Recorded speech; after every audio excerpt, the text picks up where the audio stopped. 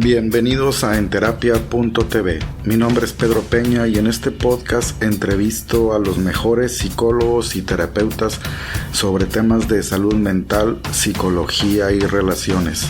Comencemos.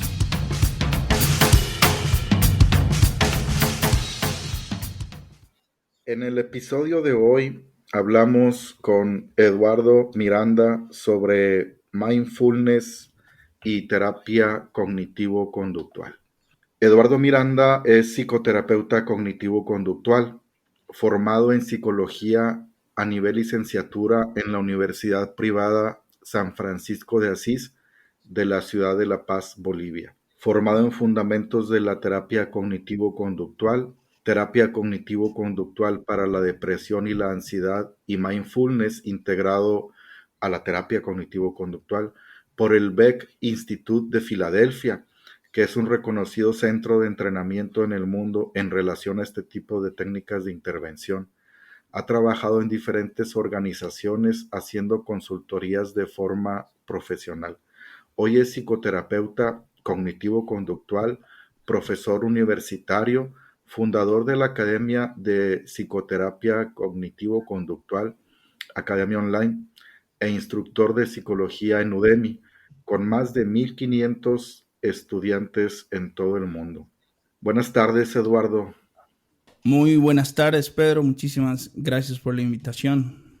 ¿Qué te parece si comenzamos por definir qué es el mindfulness? Que yo lo he escuchado mucho, pero no me he puesto a investigarle, fíjate. ¿De qué se trata? Muy bien. Lo primero que tenemos que hacer es definir qué no es el mindfulness, ¿sí? Porque hay mucha confusión al respecto. Entonces, primero, el mindfulness no es a secas, por ejemplo, yoga, ¿no? Mindfulness no es meditación trascendental. Mindfulness no es poner la mente en blanco.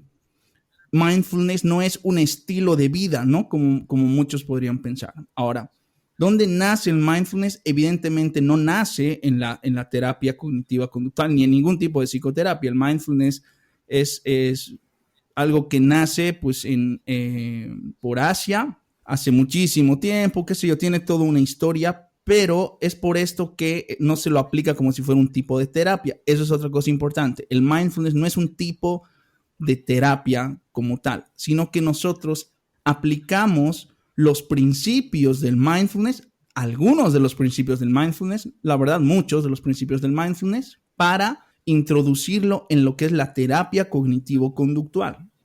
Es decir, que la base tiene que ser la terapia cognitivo-conductual para que el mindfulness tenga sentido, para que el mindfulness cobre un valor realmente terapéutico para poder afrontar. Ahora, eso es lo que no es el mindfulness, ¿no? Eso lo dejo clarísimo desde el principio. Entonces, el mindfulness, ¿cómo llega a nuestros días? Se le denomina, está dentro de las terapias, pero no es una terapia, está dentro de las que son terapias de tercera generación, es decir, que forma parte de estas.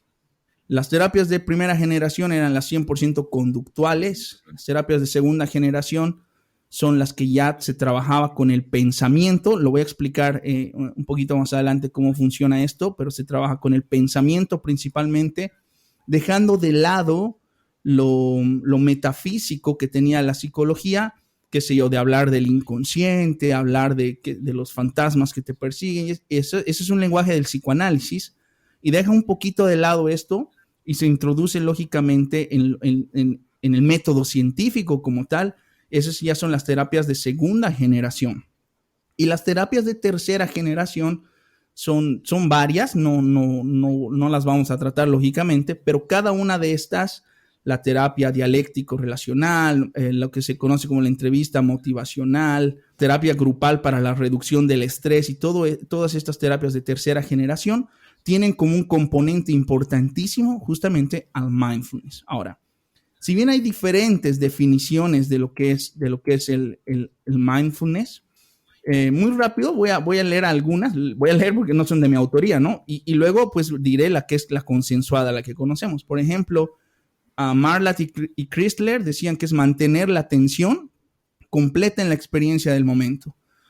Por ahí Han decía que es mantener viva la conciencia de uno en el momento presente. La conciencia clara y simple de lo que realmente nos sucede a nosotros y en nosotros en los momentos sucesivos de percepción, decía Thira.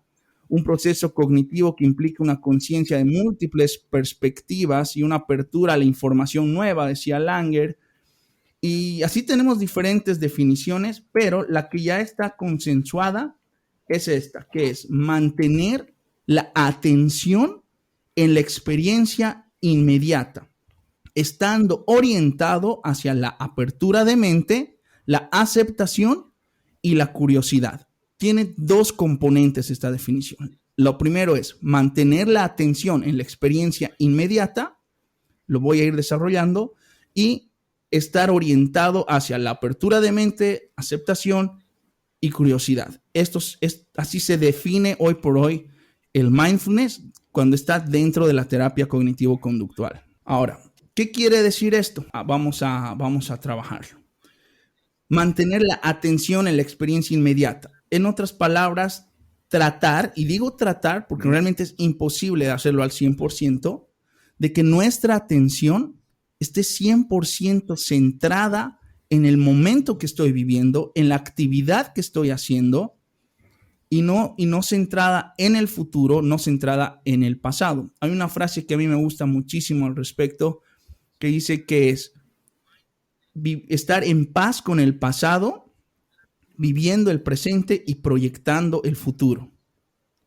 Alguien lo decía en otras palabras, que uno de los errores del ser humano es no dejar atrás el pasado, confundiendo el presente y arruinando el futuro, que es básicamente lo mismo, ¿no? Pero esto tiene que ver con tu atención. Por eso decía que esto no es poner la mente en blanco, ¿no? Esa es la primera parte. La segunda, y todo esto lo voy desarrollando. Fíjate que eso que estás diciendo, yo le veo toda la relación en esto, en lo que tú te has hiperespecializado, que viene siendo la depresión y la ansiedad, que dicho de un modo muy, muy vago es tener un pie en el pasado y un pie en el futuro. Esto de mantener la atención en la experiencia inmediata, ¿es el beneficio que aporta o cuál es el beneficio?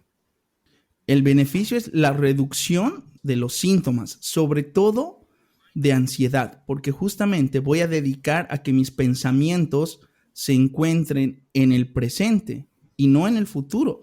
Eso no quiere decir que yo no planifique mi vida, ¿no? No hay que confundir. Simplemente estoy hablando de que yo no voy a ocuparme ahora de lo que no puedo solucionar en este momento. Si el hecho de yo pensar algo ahora y hacer un plan ahora para lo que viene mañana va a solucionar el problema, está genial. Por ejemplo, no sé, mi jefe me ha dicho, mañana quiero tener una reunión contigo en el trabajo, ¿no? Y yo comienzo a pensar, ay, ¿qué va a pasar? A lo mejor quiere despedirme. ¿Y qué sucede si he hecho algo mal en el trabajo? Pero es que no recuerdo haber hecho nada mal. O no, ¿qué va a ser de mi familia ahora si pierdo el trabajo? Puede ser que me quieran mandar a otra ciudad. ¿Eso de qué me sirve? De absolutamente nada, ¿no? De absolutamente nada, porque ni siquiera sé lo que va a suceder. Entonces, ¿qué se hace en ese momento? Justamente vivir el ahora, lo que sé, con lo que tengo de información. Ok, mi jefe quiere una reunión conmigo. Ok. Y ahí viene la segunda parte, estar orientado hacia la apertura de mente. En otras palabras, no decir, el hecho de que mi jefe quiera hablar conmigo es sinónimo que me va a votar, ¿no? Así siempre haya sucedido eso con otros. Hay muchas posibilidades. Hay la posibilidad de que por ahí quiere darme un ascenso en realidad. Por ahí quiere simplemente comentarme algo que había sucedido en el trabajo. Puede que simplemente quiera hacerme una pregunta. Puede que quiera preguntarme dónde me he comprado mi traje. No sé, hay muchísimas opciones. Tengo que abrir mi mente a que hay diferentes opciones que pueden pasar. No solamente las negativas, sino las positivas. Un componente importante de la ansiedad es justamente potenciar las posibles amenazas y minimizar mis capacidades para afrontar esas amenazas, ¿no? Ahora, la aceptación es bien importante, ¿no? Ya yendo desarrollando con el segundo concepto, dentro de este mismo ejemplo, porque las personas en general, a todos nos ha pasado que tratamos de luchar contra lo que sentimos, ¿no? Estoy ansioso y trato de luchar contra esa ansiedad. O tengo algunos pensamientos que me están abrumando y trato, no pienses en eso, no pienses en eso. Y tratas de luchar contra la emoción que estás sintiendo. Lo que es peor, lo mejor es aceptar lo que uno está sintiendo. Aceptar la situación y aceptar también la emoción que estoy sintiendo. ¿Estoy enojado? Muy bien, estoy enojado. Sé que estoy enojado. Lo acepto. No me puede hacer daño ahora mismo. Lo mismo un pensamiento intrusivo, ¿no? Como estos de no sé, mi jefe me va a votar. Yo digo, ok, el pensamiento está ahí, pero no me puede hacer daño. Está solamente ahí. ¿Sabes? Voy a poner un parentesito aquí. Esto les pasa mucho, por ejemplo, a personas que son adictos a la pornografía o que les han metido a la cabeza que con el solo hecho de que vean a una mujer y la vean como atractiva, ya están haciendo algo negativo, ya están siendo infieles o ya potencialmente van a estar con esa mujer, ¿no? Entonces, lo que se suele recomendar es, ok, tú tienes un pensamiento, déjalo tranquilo, no luches porque es peor. Deja el pensamiento, acepta el pensamiento y se va a ir, por un lado. Por otro lado, el hecho de que esté ahí no te puede hacer daño el pensamiento, porque el pensamiento no es real, ¿no? El pensamiento solo es pensamiento, está ahí, así sean muchos pensamientos. Y la curiosidad es decir, ok, voy a estar expectante a lo que sucede, pero en todo este momento estoy viviendo hoy, no estoy luchando contra lo que está pasando, porque alguien podría, no sé, voy a ponerme la música a todo volumen y me voy a poner a ver películas y voy a tratar de ni pensar en eso. No, eso no es aceptación. Aceptación es decir, ok, voy a dejar la música tal cual está, no voy a cambiar nada en mi entorno, simplemente voy a aceptar lo que está sucediendo. Eso hace de por sí que baje considerablemente la ansiedad. Ahora, es demasiado amplio el tema, ¿no? Como para desarrollarlo a plenitud. Es por eso que el día de hoy yo pensaba hablar de 3 características, es decir, 3 cosas que suceden en el pensamiento, porque se suele dividir el mindfulness para el pensamiento, para las emociones y para la autocompasión. Entonces yo pensaba el día de hoy, considerando el tiempo y todo, dirigirme a lo que es el pensamiento, hablar de algún principio básico de la terapia cognitivo-conductual, y además hablar de estos 3 conceptos, cómo aplicar el mindfulness para superar estos 3 conceptos e incluso hacer un ejercicio cortito de mindfulness. Me parece excelente. Y esto que hablabas apenas te iba a preguntar esto si funcionaba para, no sé si para tratamiento o al menos para la personalidad adictiva, que en lo que yo he visto en la personalidad adictiva sí hay mucha carga de ansiedad. Muchísimo, muchísimo. Es muy bueno el punto que me preguntas, porque realmente cuando las personas están empezando a sentir los síntomas de la dependencia más que la de la adicción, ahí es cuando pueden aplicar mindfulness, dirigir su atención hacia algo en particular. Ahora he hablado de principios del mindfulness, ¿no? Pero todavía no he enseñado alguna técnica en particular ni algún ejercicio para aplicar en la vida diaria, que eso es lo que quiero enseñar.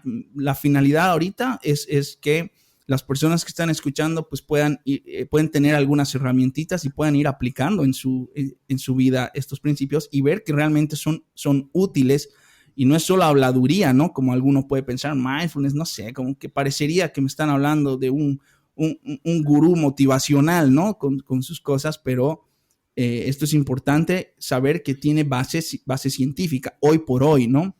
Entonces... Y filosófica. Por supuesto, porque de ahí nace en realidad, ¿no? Entonces, si leemos el concepto inicial, es 100% filosófico, ¿no? De hecho, la terapia cognitivo-conductual nace de la filosofía estoica de Epícteto, propiamente dicho, que dice que la situación no es lo que perturba a la persona, sino la interpretación que hace esta persona sobre la situación. Entonces, de ahí es que nace la terapia cognitivo-conductual. Entonces, lógicamente tiene una base filosófica. Si bien hoy por hoy se aplica el método científico, se aplica, es 100% científico, ¿no? Hay un montón de artículos científicos de cómo sirve la terapia cognitivo-conductual. Siempre vamos a tener esta base filosófica, porque, bueno, la naturaleza de nuestra profesión como psicología, pues, tiene que tener una base filosófica, ¿no? Sí, sí. Muy bien. Entonces, a ver, lo primero de lo que quiero hablar de lo que sucede en el pensamiento es de la preocupación. ¿Qué es la preocupación? Muchos piensan que la preocupación es una emoción y dicen, me siento preocupado, ¿no? Pero en realidad la preocupación es un proceso mental que te hace sentir ansiedad. Y a esa ansiedad las personas le denominan muchas veces preocupación. Pero la preocupación es un proceso mental que siempre inicia con y si, ¿no? Y si pasa esto, y si pasa aquello, y si me están llamando, volviendo al ejemplo, para despedirme, y si me enfermo, en tiempo de pandemia, con el personal de primera línea, tenían muchísima preocupación. Y si me contagio de COVID, estoy hablando de médicos, enfermeras, ¿no? Y si me contagio de COVID, y si se muere mi paciente, y si por yo contagiarme muere alguien de mi familia, y si alguien de mi familia se contagia y yo no puedo auxiliarlo, y sí, y eso es preocupación, ¿no? Y si contagio a mis papás, etcétera, sí, Sí, sí. claro, es eso, ¿no es cierto? Entonces, había mucho, bueno, hoy por hoy imagino que seguirá habiendo, pero con menos intensidad, ¿no? Pero en esa temporada ha sido muy fuerte lo que sentían los profesionales en salud de primera línea. Y creo que todos, ¿no? Pero ellos más duro porque justamente estaban en contacto. Entonces, esa es la preocupación, ese proceso mental. Y a todos nos ha pasado. ¿Y si pasa esto? ¿Y si pasa esto? ¿Y si pasa esto? ¿Y si mañana repruebo? Y lo malo es que la preocupación nos estorba tanto que nos impide ocuparnos del momento que estoy viviendo en este momento, que sin necesidad de ser muy filosófico, no sé, muy romántico, de no disfrutar, vivir tu momento. Es una cuestión de salud y de lógica. Tengo cosas en que ocuparme ahora mismo y no tengo por qué ocuparme de las de mañana, pasado mañana, porque ahora me tengo que ocupar en estas cosas en particular. Cosas tan simples como comer o disfrutar con tus hijos, ¿sí? Esto es vital. Una de los elementos de las personas con sobrepeso es la preocupación. ¿Por qué? Porque mientras están comiendo, están pensando, y si me pasa esto y esto, y ya están pensando en mañana y en lo que van a hacer y en las posibilidades de lo que va a pasar. Y cuando se dan cuenta, ven el plato que ya está vacío y no han disfrutado un bocado. Te aseguro que alguna vez te ha pasado, me ha pasado, le ha pasado a todo el mundo, ¿no? Eso de que has estado comiendo tan rápido, has estado tan distraído comiendo que al final no has disfrutado nada. ¿Y qué haces? Te aumentas la comida porque piensas que sigues con hambre. Entonces sigues comiendo y eso produce sobrepeso por la preocupación. Por eso digo que es importante esto de centrarse en lo que estoy haciendo ahora mismo. La calidad del tiempo que uno vive, por ejemplo, con sus hijos es igual, ¿no? Uno tiene que tiene que disfrutar de ellos, tiene que pasar tiempo y darles el tiempo de calidad y eso solo se puede viviendo el presente, ¿no? Sí, eso es lo que te iba a decir. Me ha pasado más veces que no disfruto el tiempo que paso con mi hija por estar pensando en lo que en lo que podría pasar si X, Y o Z. Sí, cómo no. ¿Verdad? Entonces, un primer ejercicio que te puedo dar en general a todos los que están escuchando, que si tú vives en constante preocupación, que ya sabes que ahora es un proceso mental y no es una emoción, pero ya sabes que la emoción que sientes es ansiedad, ¿no? Cuando estés empezando a tener este flujo de pensamientos, si es hora de la comida, como hemos puesto ahora el ejemplo, lo mejor que puedes hacer, pon el celular en modo avión, en no molestar, qué sé yo. Estoy diciendo, esto hazlo una sola vez para que experimentes cómo funciona. Y disfruta cada bocado. Trata de disfrutar cada bocado. Metes el primer bocado, trata de sentir el sabor, la textura, todo lo que estás comiendo. Te garantizo que va a bajar incluso tu nivel de ingesta, ¿no? Es decir, la cantidad de comida, con menos comida te vas a sentir ya satisfecha. Esto es importante, disfrutar este momento en el que estoy comiendo. Comer no tiene que ser algo simplemente para nuestra alimentación, ¿no? Hoy por hoy ya no es nada más, pues eso, porque si no, no sé, pues para eso comes comida militar, ¿no es cierto? Es cosas que solo se meten a la boca y ya está, porque es solo para su alimentación, para su subsistencia. Hoy por hoy disfrutamos del sabor, disfrutamos del olor, disfrutamos incluso del tiempo que estamos compartiendo. Si uno almuerza con la familia, uno disfruta de ese tiempo, de poder conversar un poco. No soy muy de los que dicen, oh, no, fuera tecnología durante la mesa y todo eso, ¿no? Es decir, tal vez la pareja disfruta de ver videos de TikTok juntos, bueno, háganlo juntos, pero disfruten el tiempo, ¿no? Disfruten el momento juntos, haciendo eso que están haciendo sin estar pensando en mañana. Eso es la preocupación y un primer ejercicio, que le estoy diciendo de comer, ¿no? De comer conscientemente. Tengo una pregunta que seguramente me la vas a poder responder muy bien. Ya ves que últimamente desde que la sociedad se puso en modo hiperproductivo hace algunos años, se puso de moda esto del multitask, de presumir de que yo soy multitarea, yo esto y lo otro, yo hago esto y al mismo tiempo aquello. ¿Cómo ves eso? Sí, realmente es algo que ha traído muchísima ansiedad en las personas. Esto, por ejemplo, hay un libro que se llama Desarrollo a Escala Humana de Manfred Maxniff y dos autores más, donde hablan eso, ¿no? De que ahora es como que estamos con el lenguaje del desarrollo desde hace ya muchos años atrás, de que todo tienes que seguir creciendo, no te puedes quedar estancado, tienes que seguir. Y vemos a los coaches motivacionales diciéndote que tienes que ser millonario, que tienes que ser rico, que tienes que ser 100% productivo y que no puedes desperdiciar un minuto en entretenimiento. Esa es la diferencia entre estar educado y estar entretenido. Y esa cultura, la verdad es que ha hecho mucho daño hoy por hoy, ¿no? Ha hecho mucho daño, ¿por qué? Porque en principio trae mucha ansiedad en las personas y trae mucha frustración también, porque no todos alcanzan, no hay recetas para eso, ¿no? No hay recetas y la verdad es que en Europa, por lo menos, la misma cantidad de familias millonarias, las únicas familias millonarias son igual que las de hace 40 años. Es decir, no hay nuevos millonarios ni nuevos ricos. Esto es un tema completamente distinto que hablar, que no tiene nada que ver con lo que estamos hablando hoy. Pero esa cultura ha hecho mucho daño justamente por lo que dices, eso de tener que hacer muchas cosas al mismo tiempo, de que es que soy mi propio jefe, es que tengo que trabajar más duro. Está bien, uno tiene que trabajar, tiene que producir, pero no se puede sentir obligado o presionado socialmente para hacer esto. Ahora, puede que haya alguien que su nivel de tolerancia al estrés sea mucho más alto y que de verdad puede estar haciendo muchas tareas a la vez y estar tranquilo, estar en paz, estar sin preocupación, todo bien planificado. Bueno, pues su umbral de estrés es mucho más alto. Entonces, no hay recetas, vuelvo a decir, no estoy diciendo ahora, no, todos busquen el ocio y el entretenimiento. Seguramente muchos lo hacen a su modo, le dedicarán menos tiempo, qué sé yo. Pero sí, pues esa cultura de tener que ser productivo, de multitask, como tú dices, trae bastante daño porque no te permite vivir lo que tienes que vivir en el momento que tienes que vivirlo. Algo que siempre veo también es que la gente anda, no sé, empieza la mañana el trabajo, ya quisiera que sea la hora de salida, ¿no?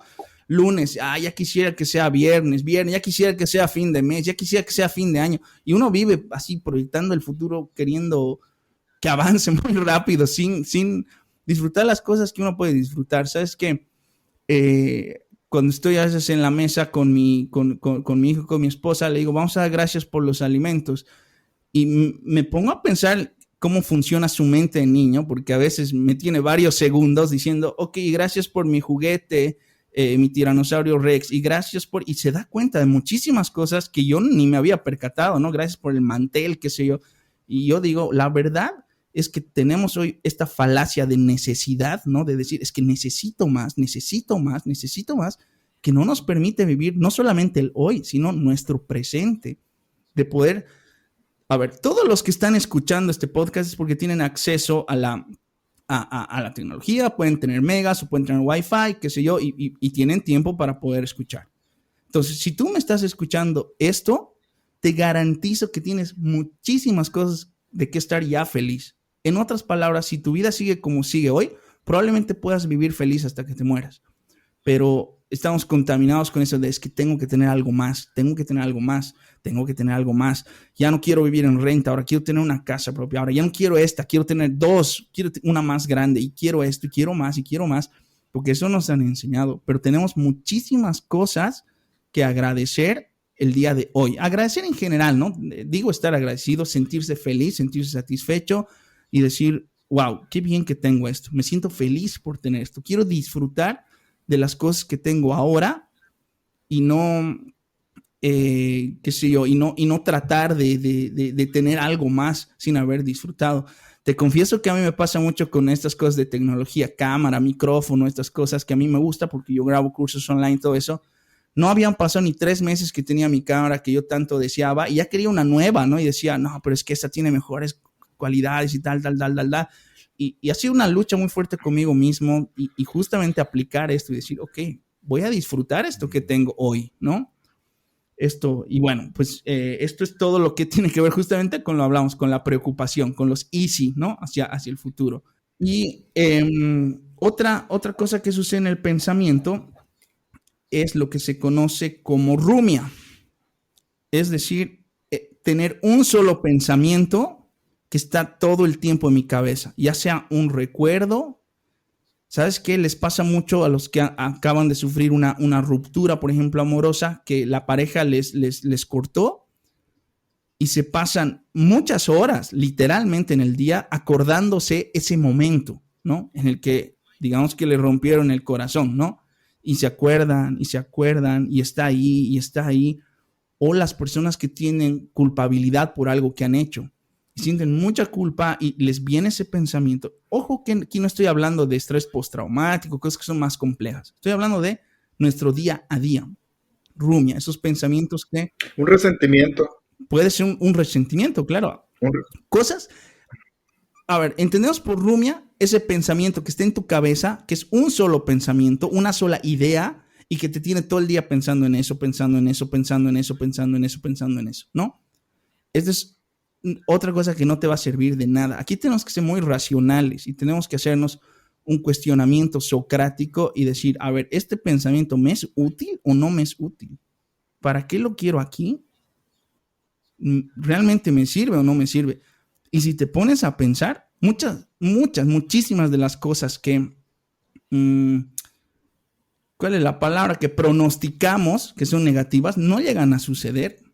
Yo estoy seguro que a todos nos ha pasado esto de pelearte con alguien en tu mente, ¿no? De estar, no sé, alguien, no, sabes que te vas a ver con alguien y te ha fallado o lo que sea, y tú dices, yo le voy a decir esto. Y seguramente me va a decir esto, y yo le voy a decir esto, y me va a decir, y estás enojado, ¿no? Y todo está pasando en tu cabeza, y no es real. Y cuando llegas te sorprendes porque te dan una respuesta que no esperabas. Y uno se queda todo descolocado y te das cuenta que has perdido todo tu tiempo, has malgastado tu energía pensando en cosas que en realidad no han sucedido ni iban a suceder. Entonces, si les ha pasado, piensen la próxima vez que estén haciendo esto, que estén ya pensando en lo que va a pasar, piensen, no sé lo que va a pasar. Es lo mejor que puedes hacer. No sé lo que va a pasar. En vano estoy con este pensamiento así todo el tiempo de qué estará pasando, qué estará pasando. A los celosos les pasa mucho, ¿no? Esto de que mi pareja seguro se está viendo, seguro está haciendo esto y les invade. Y eso es rumia, ¿no? Eso es rumia. Entonces, lo mejor que podemos hacer siempre es por eso vivir lo que es real, lo que estamos aquí. Tus pensamientos no son reales, solo son pensamientos. Es decir, tampoco estoy diciendo que estás loco y que imaginas cosas, ¿no? Obviamente piensas de forma lógica y racional, pero muchas veces pensamos de manera irracional, ¿no? Y por eso la terapia cognitivo-conductual es la base de esto que estamos hablando, porque nosotros nos confrontamos con la realidad.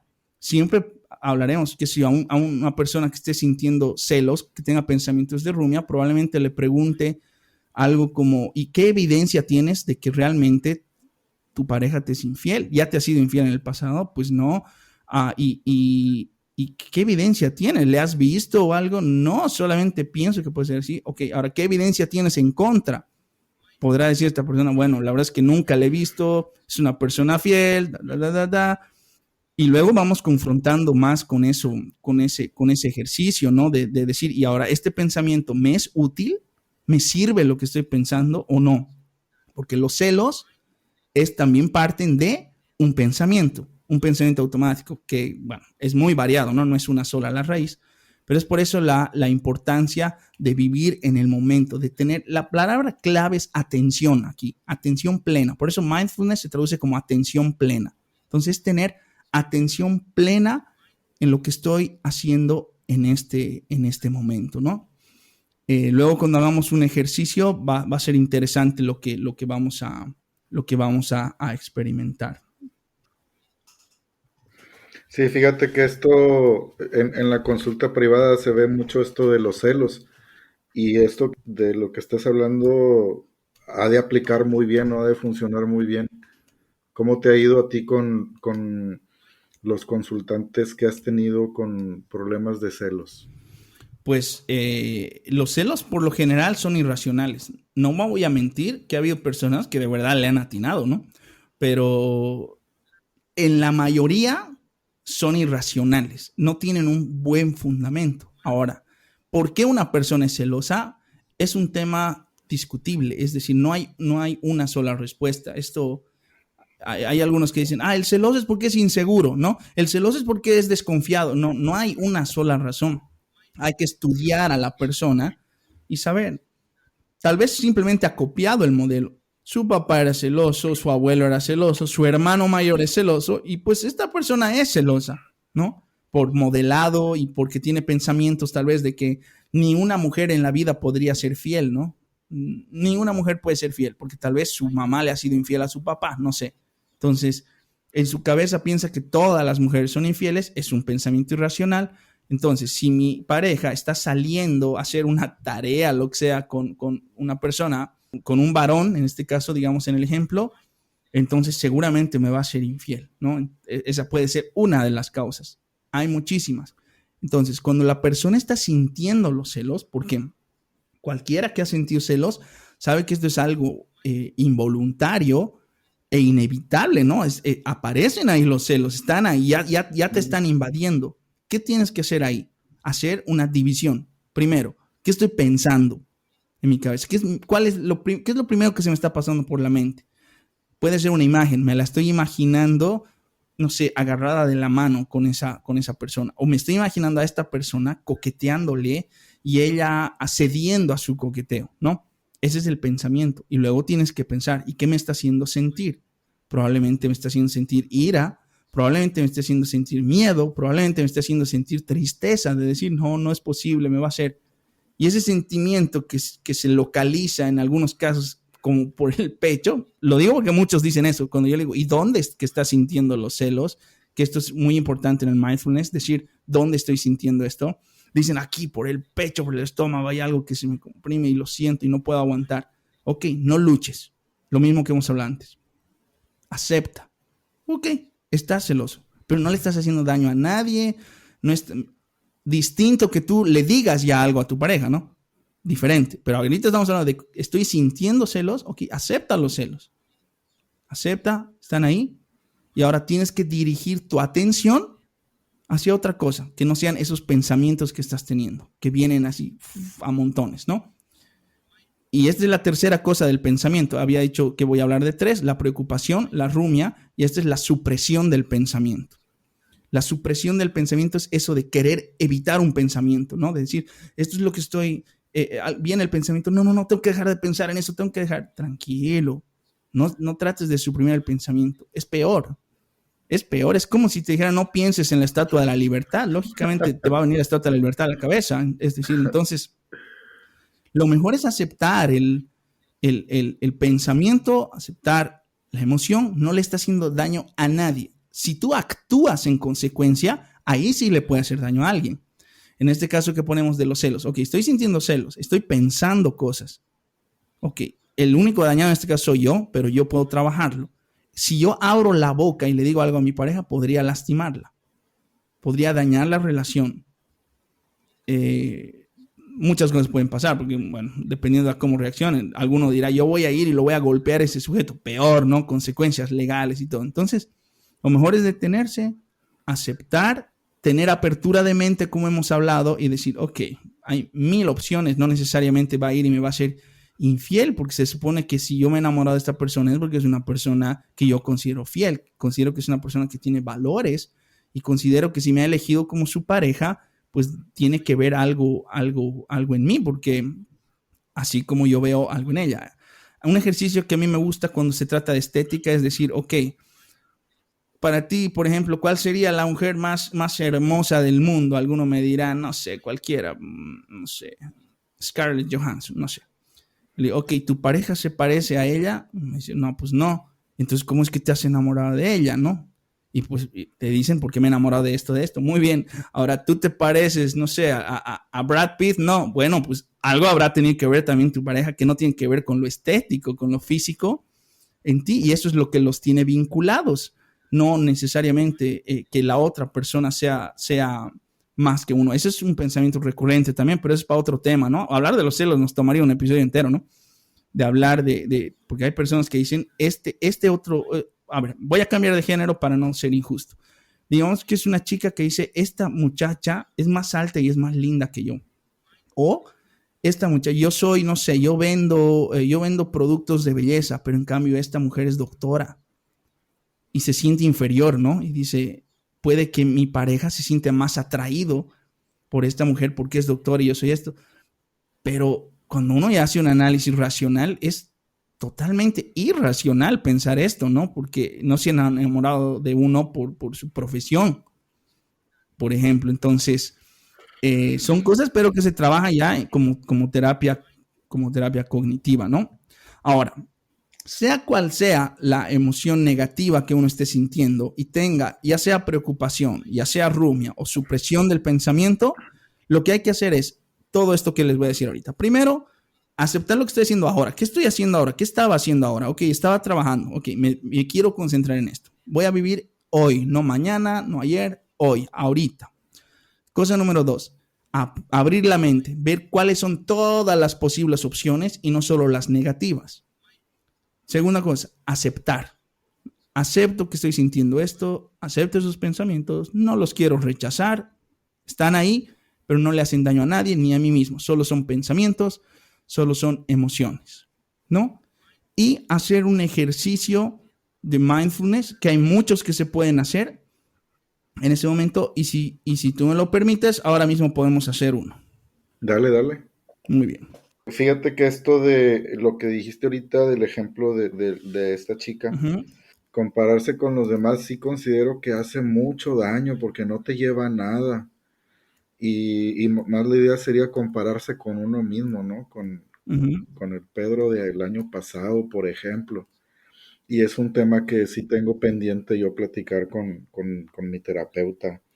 Esto de la comparación con los demás, yo veo como que sí pinta mucho el mindfulness para arreglar eso, ¿verdad? Lo que pasa es que uno se compara siempre con alguien que ya está más avanzado en lo que quiero hacer, ¿no? En lo que uno hace, y no se fija en lo que ya uno ha avanzado, como bien tú decías, fijarme en mi caso con el Eduardo de hace un año y decir cuánto ha mejorado este Eduardo, cuánto se ha superado este Eduardo, o ser reflexivo, decir sigue igualito, entonces ¿qué puedo cambiar hoy, no? Ahora, lo cierto es que la comparación es inevitable, ¿no? En tanto no sea algo que produce estorbo, no está tan malo, porque alguien podría motivarse al ver a alguien, decir, wow, qué lindo esto, él tiene esto, y cómo lo habrá conseguido, yo quiero tener lo mismo. Aunque eso es una aspiración más que una comparación, ¿no? Porque una comparación es decir, él tiene esto, en cambio yo no. Esta persona ha logrado esto, en cambio yo no. Y eso sí que produce algo, ya produce efectos negativos, ¿no? Eso es importante. Me ha gustado eso que dices, ¿no? De compararse con uno mismo, pero del pasado, ¿no? De ver cuánto uno ha mejorado y todo eso. ¿Estamos listos para el ejercicio? ¿Listo? Buenísimo. Y lo que voy a hacer es dar instrucciones. Entonces, voy a pedir a quien esté escuchando acá que se acomoden en una posición cómoda y cierra suavemente los ojos. Ahora, dirige tu atención solo hacia los oídos, que haya receptividad a los sonidos a medida que van apareciendo, cada vez que van apareciendo. No es necesario buscar sonidos o escuchar alguno en particular. Más bien, mantén una curiosidad un poquito tranquila y estando consciente de los sonidos de todas las direcciones que surgen. sin interpretarlos, sin decir qué significan o de dónde vienen, sino solamente los sonidos, escuchar los sonidos que están surgiendo. Sonidos que están cerca, sonidos que están lejos, sonidos que están frente a ti, detrás de ti, a un lado, arriba o debajo de ti. Tienes que abrirte a toda una serie de sonidos que están a tu alrededor.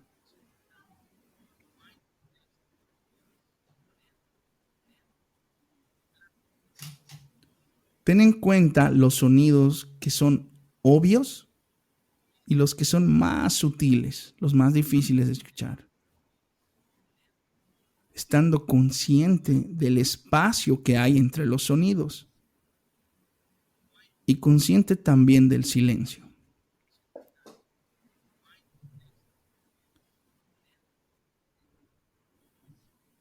Tanto como puedas, toma en cuenta los sonidos simplemente como sensaciones, como lo que son, que están llegando a tus oídos, pero no pienses en su significado, simplemente los sonidos. Si te das cuenta que estás pensando en los sonidos, nada más vuelve a conectarte lo mejor que puedas con la experiencia directa de los sentidos, en este caso del oído.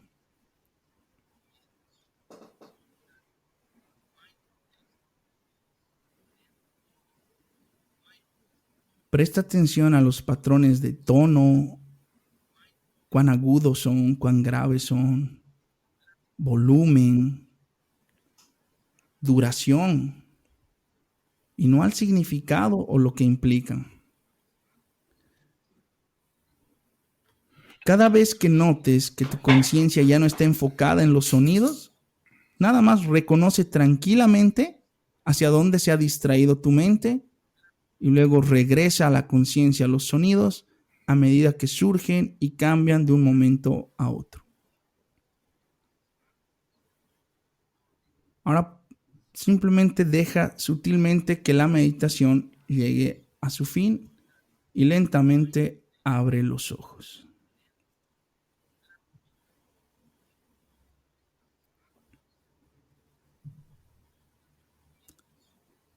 Ese es un ejercicio cortito de mindfulness, que es en realidad es un poco más largo. Hay pausas más largas para poder disfrutar más de los sonidos, pero he querido hacerlo así para ver. Y si te das cuenta, aún nosotros que estamos nada más en este ambiente lo más cerrado acústicamente posible, nos podemos dar cuenta del ejercicio, de los sonidos que están enfrente, atrás. Cosas que tal vez ni nos habíamos percatado que estaban, ¿no? Entonces, haciendo esto, la atención que estaba dirigida en 1000 cosas se dirige a una sola cosa, a un solo elemento.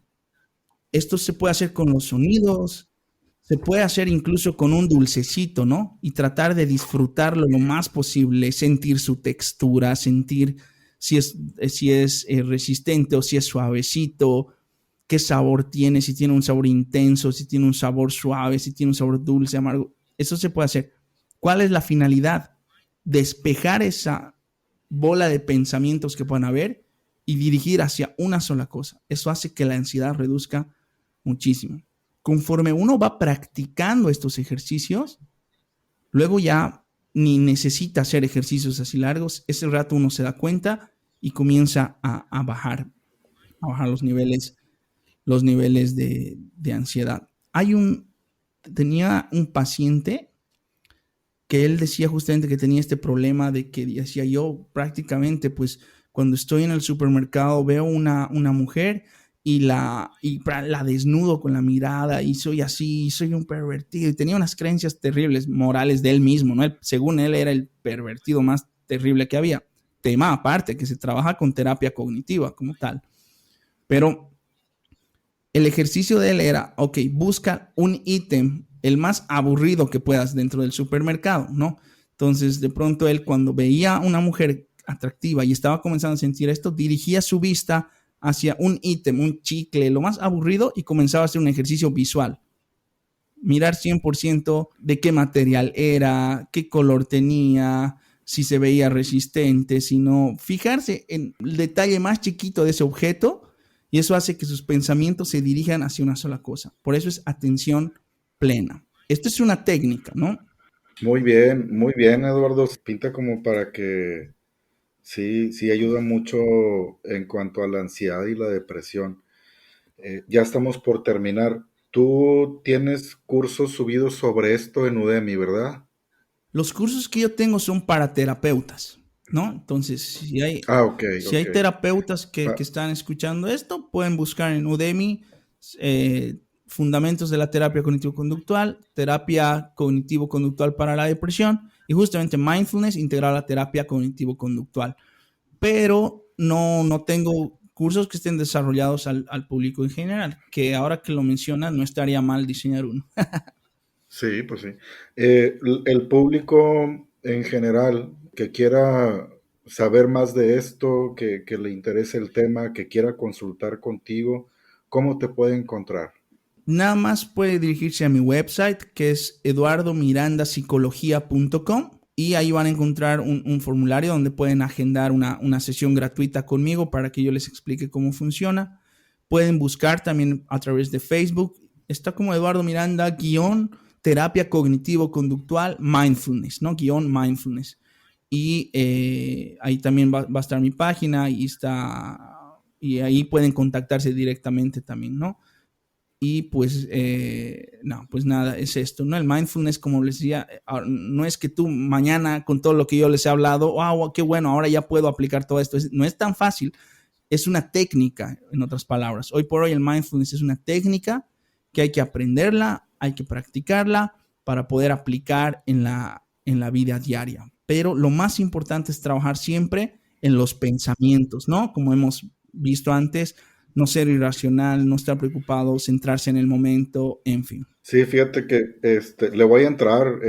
Fue muy esclarecedora esta plática contigo porque yo lo había escuchado nada más así por fuera, no me había metido, no me había informado muy bien y lo has explicado muy bien en muy poco tiempo y sí, pues sí parece como que es algo que uno le tiene que estar dedicando tiempito cada vez a aprenderle para bajar muchos niveles de ansiedad y depresión.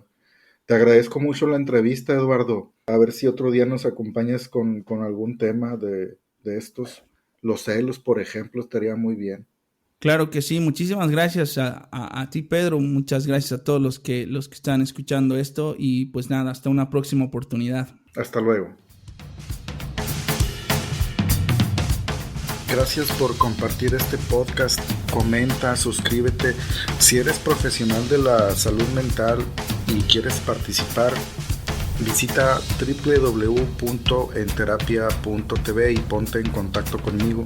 Si eres audiencia y te interesa algún tema en específico o quieres proponer a un psicólogo o terapeuta, visita www.enterapia.tv. Es todo por hoy.